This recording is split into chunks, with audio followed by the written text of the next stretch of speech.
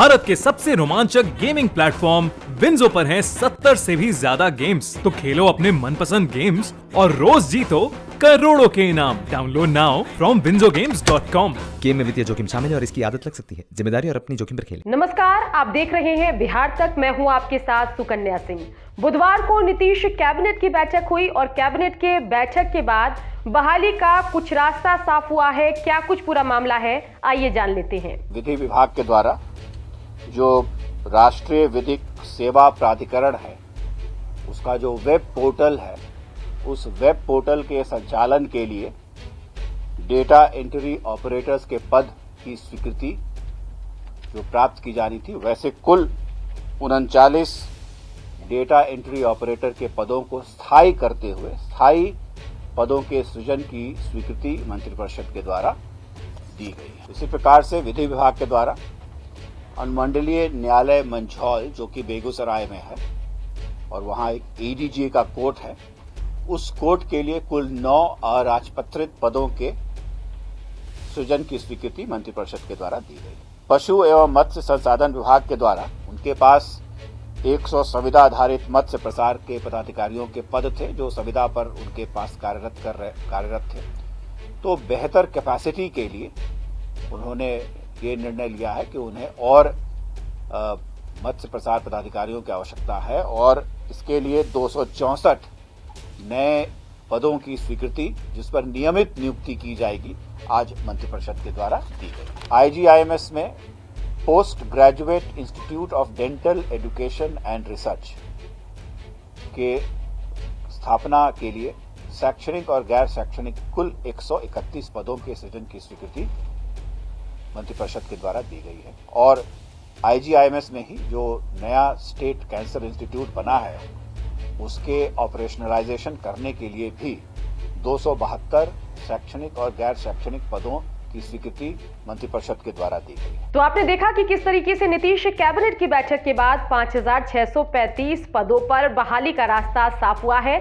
चलिए आइए जान लेते हैं कि आखिर वो कौन कौन से पद हैं जिन पर बहाली होगी। पटना मेट्रो के 2 पद चीफ जनरल मैनेजर कम डायरेक्टर और जनरल मैनेजर को प्रत्यर्पित कर बनाया गया नया पद डायरेक्टर इलेक्ट्रिकल एंड सिस्टम भी इसमें शामिल है। आईजीआईएमएस पटना में कुल 403 नए पदों पर भर्ती होगी।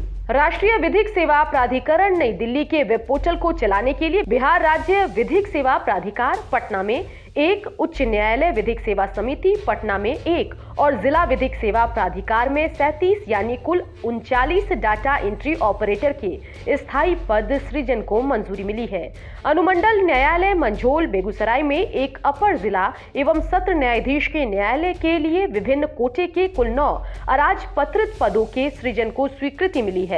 राज्य के 9 क्षेत्रीय विधि विज्ञान प्रयोगशालाओं सहित राजगीर में पहले से स्थापित क्षेत्रीय विधि विज्ञान प्रयोगशाला के लिए राजपत्रित या अराजपत्रित कोटि के कुल 218 पदों के सृजन को स्वीकृति मिली है। मत्स्य विकास योजना के अंतर्गत पूर्व से सृजित 100 संविदा आधारित मत्स्य प्रचार पदाधिकारी के पदों को प्रत्यर्पित करते हुए मत्स्य प्रचार पदाधिकारी के कुल 264 नए नियमित पदों के सृजन का फैसला लिया गया। नगर पालिका के अंतर्गत अतिरिक्त पदों के सृजन और मुख्यालय स्तर पर 1 नए निदेशालय और प्रमंडल स्तर पर 9 क्षेत्रीय निदेशालय के गठन और उनमें पदों के सृजन के क्रम में विभिन्न प्रकार के कुल 4503 पदों के सृजन को स्वीकृति मिली।